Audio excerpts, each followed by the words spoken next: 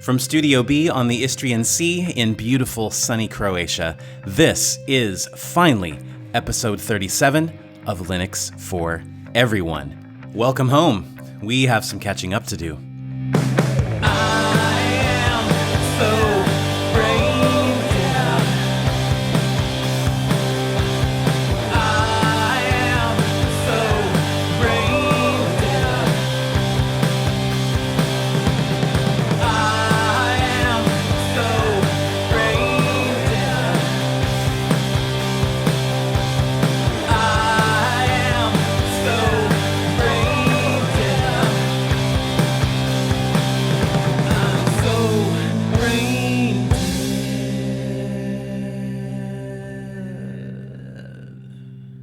Welcome back, everybody. This is Linux for Everyone. My name is Jason Evangelo, and man, 2020.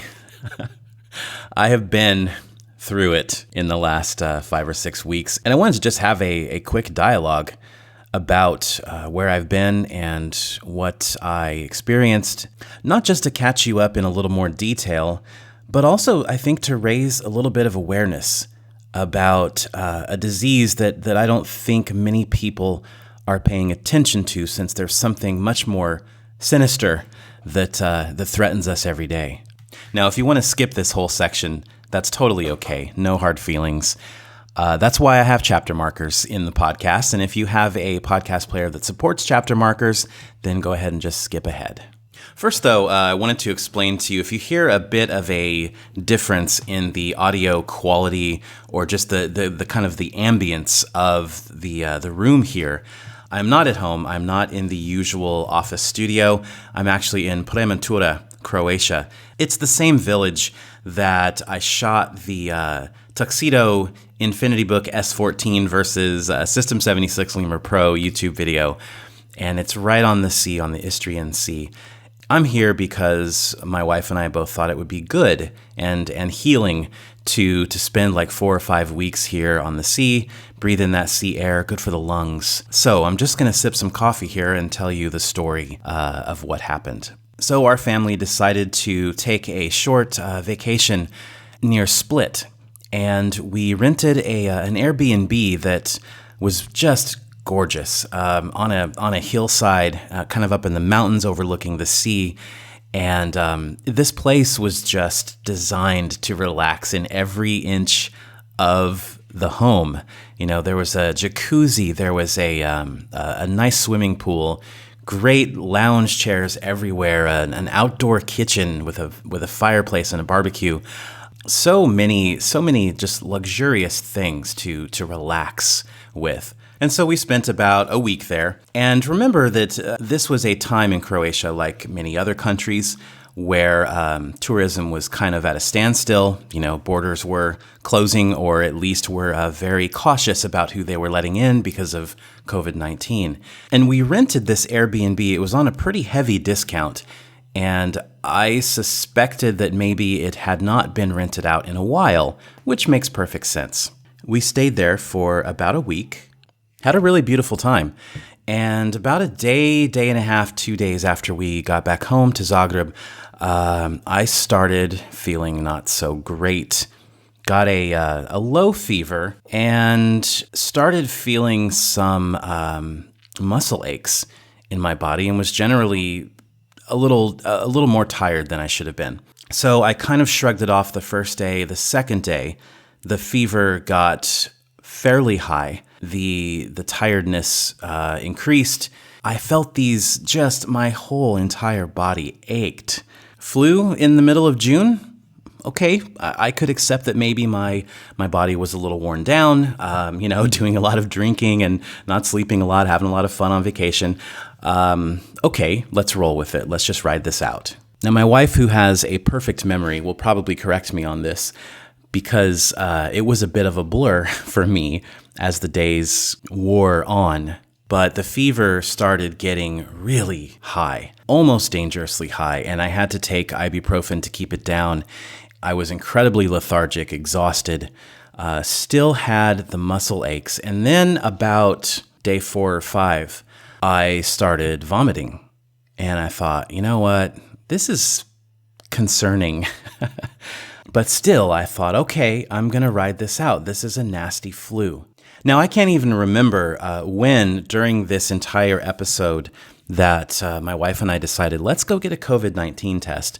But we did that at some point. And like I said, it was such a blur. My brain was so hot. So we drove to the hospital where they were doing COVID-19 tests and got it paid for, got it done, received the results within about 24 hours. Props to Croatia, who seems to do that really, really quickly. And, I was on pins and needles the whole time because who wants that, right? So the test came back negative. I was a little bit relieved, but also a little bit indignant, a little bit in disbelief because I was fairly certain that maybe the test was wrong. I've heard about some tests coming back and being inaccurate and people being retested. And I just, I looked at the symptoms that I was having and they didn't all match up, but I thought this is dragging on for too long. I think it was maybe day 6 or so. I started having some trouble breathing. And that is when I felt confident. I was certain that COVID-19 test was wrong, that result was absolutely dead wrong. So I thought there's something happening in my lungs. And with all the flu symptoms, I was getting really concerned. And my wife was getting even more concerned because she said, you might have pneumonia. I was stubborn. I don't like hospitals. So I thought, okay, I'm gonna give this 1 or 2 more days. I'm gonna keep drinking tons of liquid.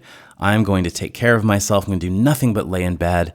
Of course, Lana made me some wonderful homemade chicken soup.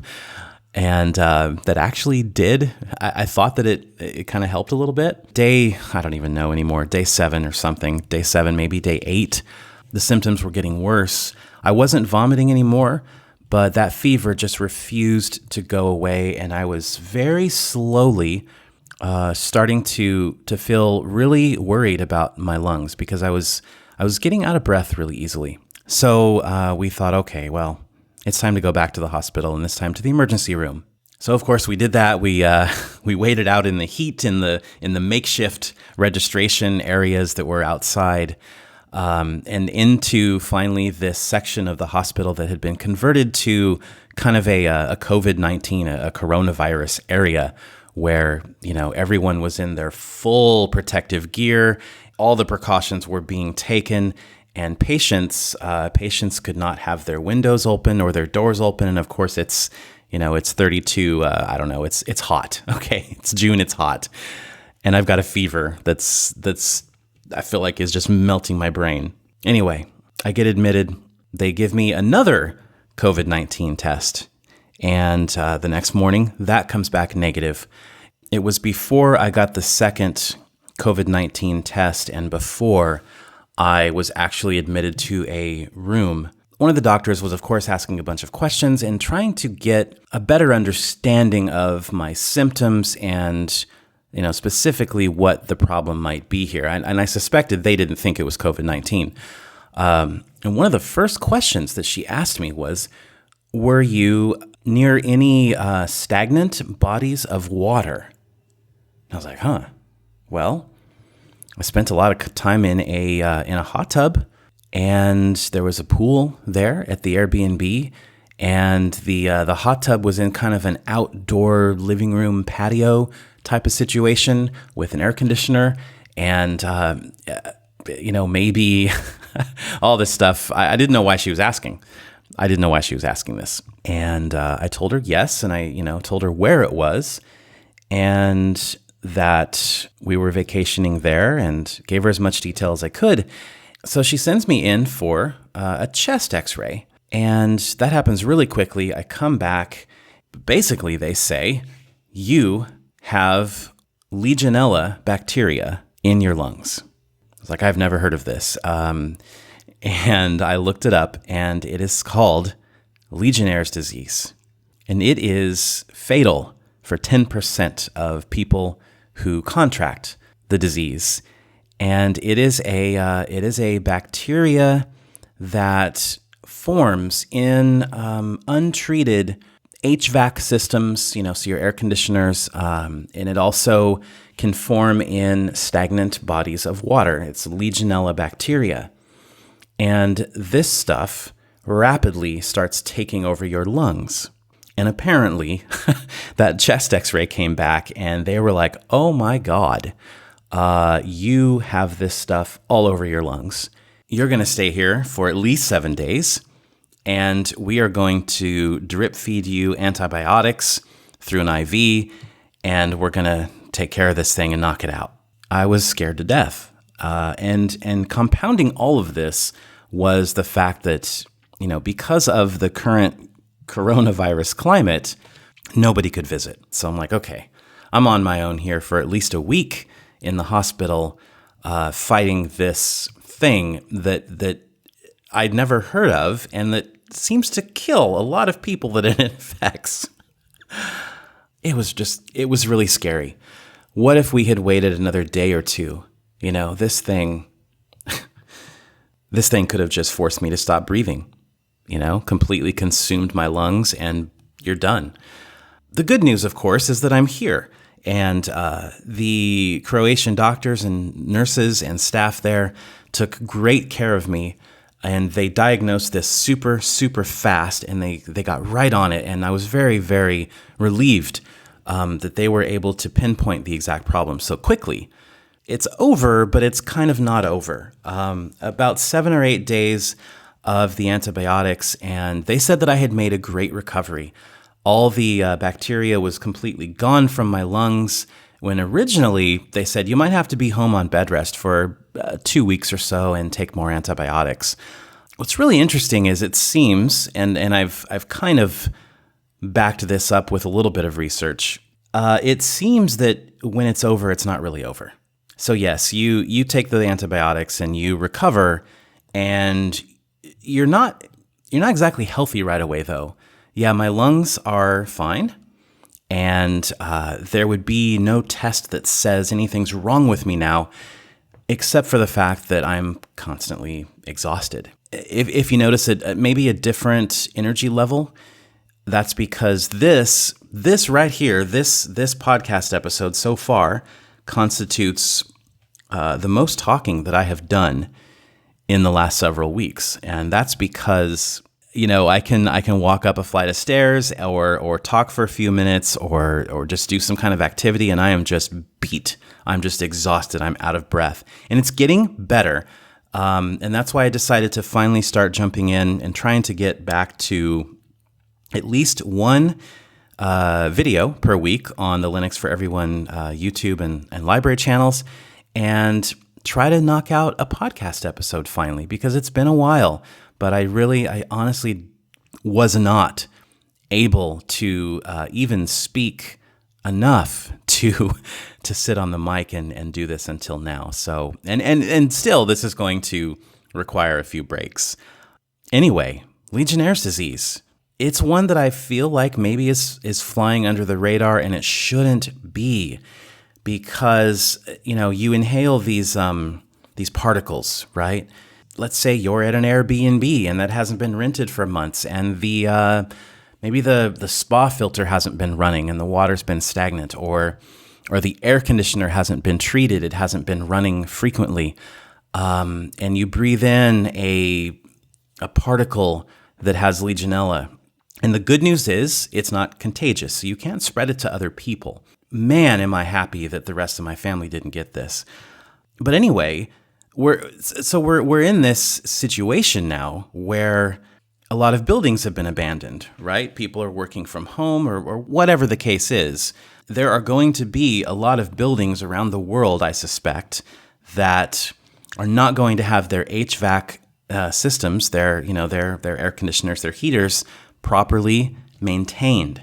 And once this, hopefully once the world goes back to normal, everyone's going to flock back to these buildings, and I'm concerned a little bit that Legionnaires disease will, that Legionella bacteria will be ready and waiting to strike. So just educate yourself on it, okay? Just educate yourself a little bit on it. And thank you for listening to this story. You know, if you made it this far, I appreciate you. And I appreciate you guys waiting so patiently for me to get back in the swing of things. And so far, this is feeling okay. I think I'm going to be able to jump back in and hopefully get back to regular weekly or at least bi-weekly podcast episodes and regular content. And I missed it. I missed you guys. I missed talking and geeking out about hardware and Linux and all that stuff. Well, I'm glad I was able to talk about this with you guys. Thanks for listening. Let's get on with the show.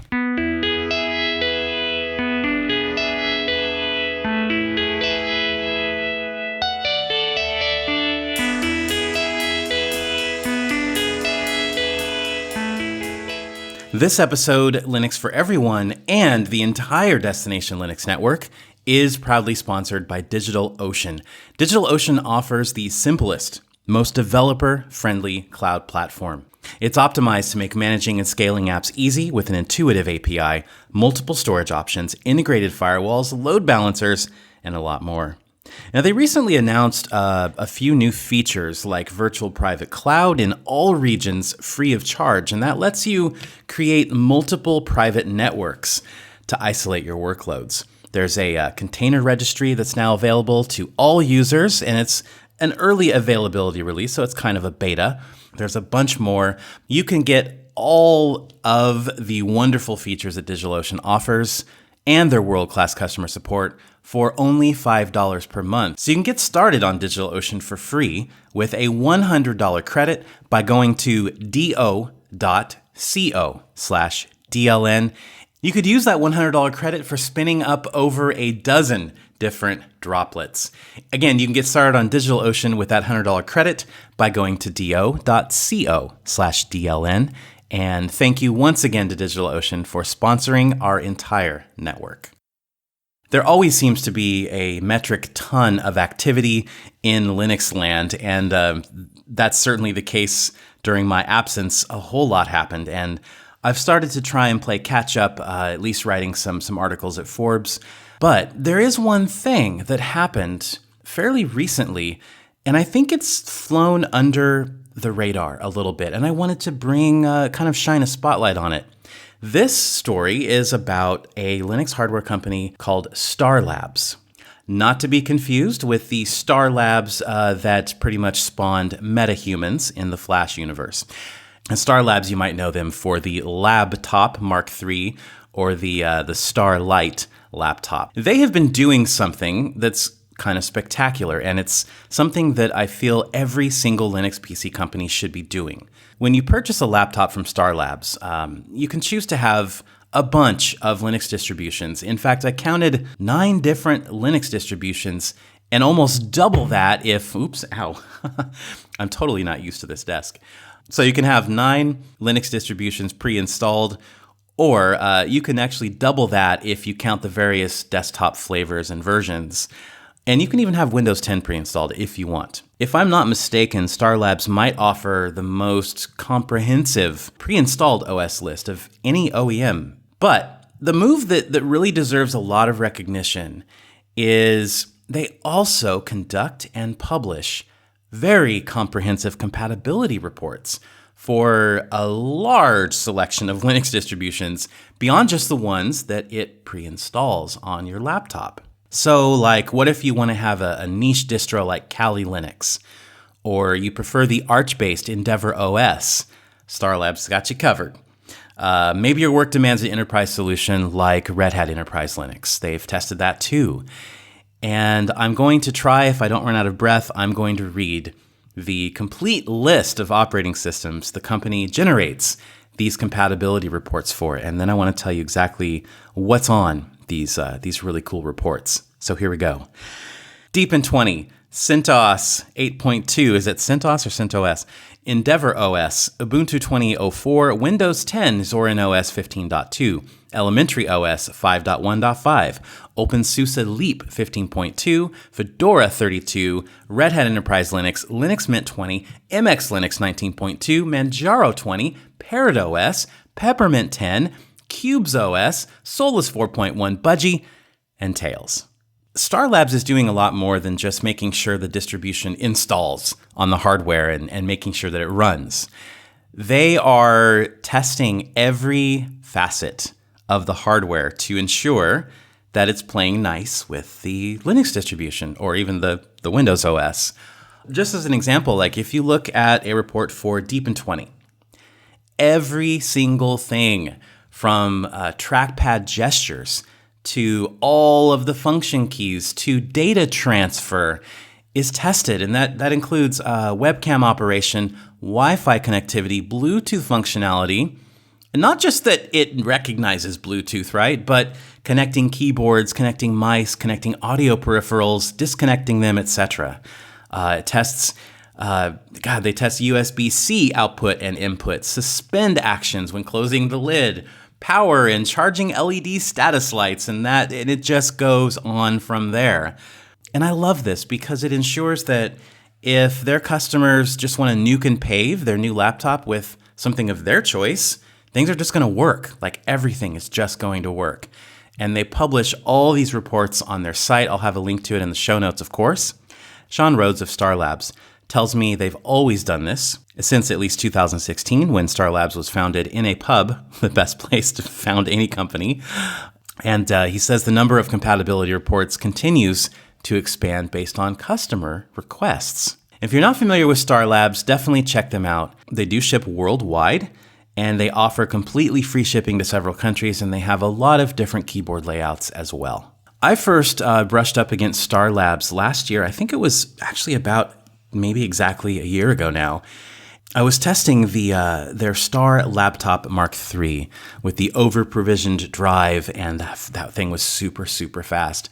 But anyway, I found that this laptop was cheaper than similarly spec'd Dell XPS 13, and it outperformed it because it just had, I don't know if it was better thermals or just a different kind of fan curve, but it did outperform it in both CPU performance and drive speeds. So I walked away from that experience really impressed, and they are setting up to launch their Star Laptop Mark IV this time around that has a lot of improvements. And you know what? I have been laptop crazy lately. I have so many freaking laptops here, and I'm like in Linux laptop heaven.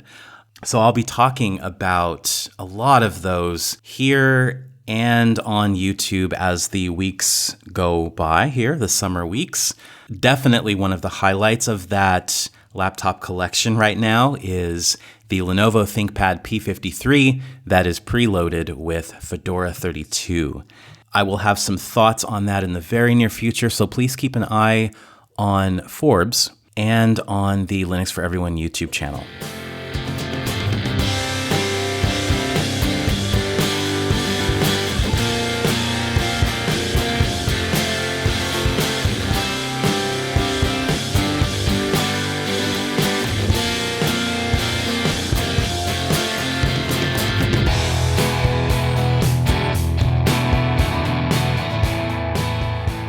Guys, I do not intentionally talk about System76 in every single episode of Linux for Everyone. It might appear that way sometimes, but it's not my. I don't do this on purpose. Sometimes I get people accusing me of being sponsored by System76, but that's really not the case. It's just the fact that they have a very calculated way of staying in the news cycle and how to get people excited about what they are doing as not just a hardware company and not just a Linux distribution developer, but as an open source company. And that's what I want to talk about today is the open source side of System76, because they're doing something awesome. Their principal engineer, Jeremy Soller, recently tweeted the following. I have seen the light of the great Lisa Su, he said. Today begins my journey to port Coreboot to Matisse and Renoir. See you on the other side. We know Matisse and Renoir as AMD Ryzen 3000 and Ryzen 4000. So in a word, this is awesome. But a lot of you may not know about Coreboot and why it's so awesome and why it's great that it's coming to these newer Ryzen processors. Coreboot is an open source project that its whole goal is to strip out all of that proprietary firmware that ships with a computer and replace it with a lightweight firmware that really just has the bare minimum amount of code to support an operating system. So you think about the BIOS screen that you have to load up from time to time, and if you do a lot of distro hopping, you're probably very familiar with this. You might have to go into your BIOS screen, for example, to boot up a USB stick. Now, the Lenovo ThinkPad P53 that I have now, it's got dozens of, comprehensive options in that BIOS screen. That also means proprietary blobs, proprietary code that kind of takes away the control that you have over your computer. And a lot of open source enthusiasts would probably prefer to do without as much of that stuff as possible, right? But Coreboot, it isn't all about just embracing that open source philosophy. It's also about speed, because less code, leaner code, it means less delays. And that translates to, for example, neutralizing the Intel management engine. It also translates to resuming from sleep almost instantly and booting up a lot faster. The advantage of Coreboot actually became very clear to me when I was comparing the System76 Lemur Pro against the Tuxedo InfinityBook S14. Even though those systems are, they're the same chassis, they're identical hardware, the Lemur Pro having Coreboot and System76 EC, which is the embedded controller, that laptop, it boots up so fast. And it resumes from sleep when you open that lid, nearly instantly. But Coreboot is also about user control, right? It's open source. It can be audited, edited. It gives you, like I said, more ownership over your PC. Now, right now, there is no variant of Coreboot for AMD Ryzen 3000 and 4000. And that is what makes Jeremy's upcoming work that he's trying to accomplish so vital, I think. And of course, this is also from the business sense. It's also all good for System76. He told me in a short conversation that System76 will be the only ones in the universe offering these processors with open source firmware if it works out. Now, these guys, they offer multiple systems with Ryzen chips already, but the effort to port Coreboot to Renoir, which is AMD Ryzen 4000, that's what really gets me excited, because maybe, they don't have anything to officially announce yet, but maybe this foreshadows like an Oryx Pro or a Lemur Pro with Ryzen 4000 CPUs, right? We can cross our fingers. Maybe that's in the cards. And maybe they will wait until they successfully port Coreboot over to that chipset. Maybe not. Maybe it won't happen at all. But on that note, I do have to say, I am surprised that both Slimbook and Tuxedo computers beat System76 to the punch when it comes to offering laptops with Ryzen 4000, because that just happened last week.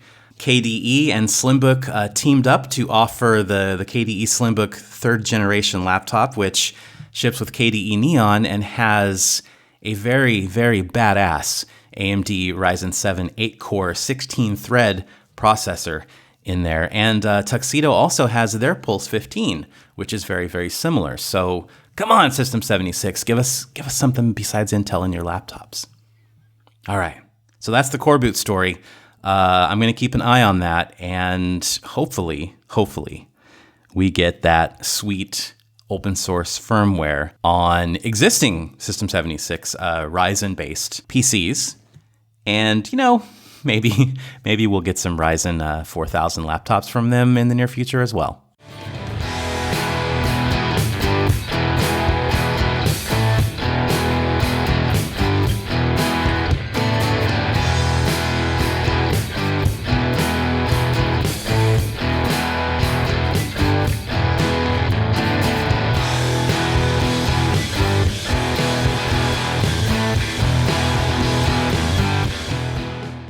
I've got one more thing I wanted to talk about, but before that, I wanted to remind all of you that there are a number of ways to connect with not just me, but the entire extended, awesome, helpful, friendly Linux for Everyone community. I would say the primary one is going to be Telegram. We've got almost 1,000 people in the group, and it's always fascinating conversation, not always about Linux. Sometimes it's about coffee or music or people asking help for Windows. Yes, that happens. And what's neat is that everybody's pretty cool to those people on Windows who are asking for help. And I think that's a great reflection of this community. Join up in the Telegram group. We'd love to see you there. Link will be in the show notes for this episode. And of course, you can follow Linux for Everyone on Twitter at Linux4 Everyone. And there's also a Mastodon account for Linux for Everyone as well. So again, lots of links, social stuff, group chat stuff in the show notes for this episode, which is number 37, finally. You can also become a patron. I'll be honest. I have to give a lot of respect and a lot of appreciation to the nearly 100 patrons who did not yank their support for the last 4 weeks, even though there's only been maybe 2 videos and 0 podcasts and 0 patron chats, because it's just been a tough, fairly tough road to recovery. So thank you, patrons. Thank you, superfans, for helping keep this ship afloat and for supporting what I'm doing, even when I'm not always doing it. But for the rest of you, if you do want to support the show or the YouTube or library channels, you can do that at patreon.com/Linux for Everyone. And there's a couple different tiers that you can check out over there. So you know what?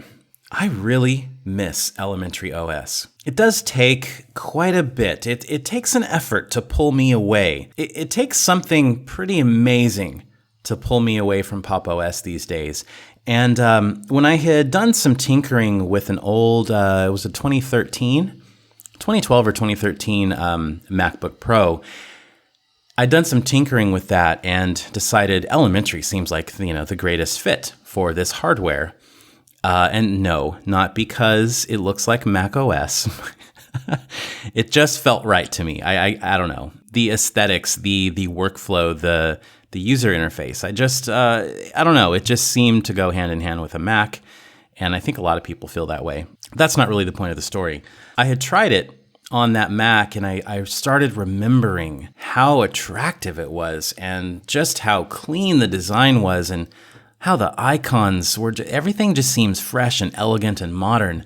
And yeah, I do think that it looks better than Pop! OS. It looks better than the majority of Linux distributions that are out there. Now, I will say a lot of positive things about System76. I'll say a lot of positive things about their hardware. I will praise them for Pop! OS and the things that they do for developers and for early adopters of new hardware, for example.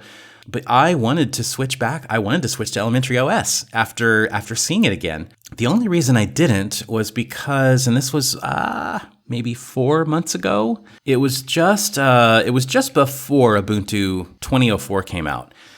And I thought, okay, if I can run Lightworks Pro on elementary OS, I'm switching. I'll have a new home, a new Linux distro home. And it didn't. That's Lightworks Pro is what I use for my video editing. And I'm quite married to it at this point. And I know that you're going to say, have you tried DaVinci Resolve? Have you tried Kdenlive? Have you tried Olive? Have you tried Blender? I've tried most of those things, and I just love the workflow for Lightworks, and I don't mind paying for it. And so that's the software that I use. And from time to time, I will check in on the other apps and see how they're progressing, though. But yeah, it didn't run. It did not run on elementary OS. However, I'm about 99% certain that when elementary 6.0 gets released and they update to the Ubuntu 2004 base, that Lightworks is going to function perfectly. So yeah, I'm kind of waiting with bated breath to see elementary 6 and get Lightworks installed and see all the improvements. I know that Cassidy and all those guys have been tweeting and writing and working nonstop on the minor and major iterations and improvements that are coming to Elementary 6. And, App Center for Everyone gets me excited. And I like what those guys are doing for the Linux ecosystem. I like what Pop! OS is doing too, but I don't know, Elementary just has this edge. And it's interesting because, I still support Elementary. I'm a patron of Elementary OS, even though I don't use it. I just love what they're doing, and I want them to succeed. I want App Center for Everyone to really take over and give indie developers an opportunity to make some money and make some inroads and make more of an impact. That's my story, and I'm sticking to it. So I know you guys have been kind of interested in where my Linux journey takes me in terms of what distro I'm on.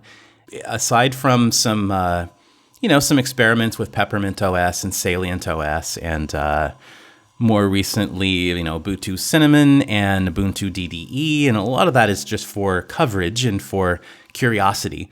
But aside from those diversions, it's been mainly Pop! OS with a very, very passionate detour to Elementary OS. So I'm going to keep you guys posted as that story continues to unfold this year. Anyway, I think I'm going to wrap up this episode. I'm getting it really sucks. It's I'm trying to be positive about it, but man, I can't get through a 45 minute podcast episode without feeling completely winded and out of breath and tired. And I'm just sitting here talking. But like I said, I'm going to do my best to stay in your ears now and not have any more 5 or 6 week absences. And I'm also working to get back with Schickel and record a new episode of Linux and Coffee, and a lot of stuff in the works. And I thank you guys so much for being here on the journey with me. And hey, until we speak again, do me a favor, take care, and especially take care of each other. I'll talk to you guys soon. Bye.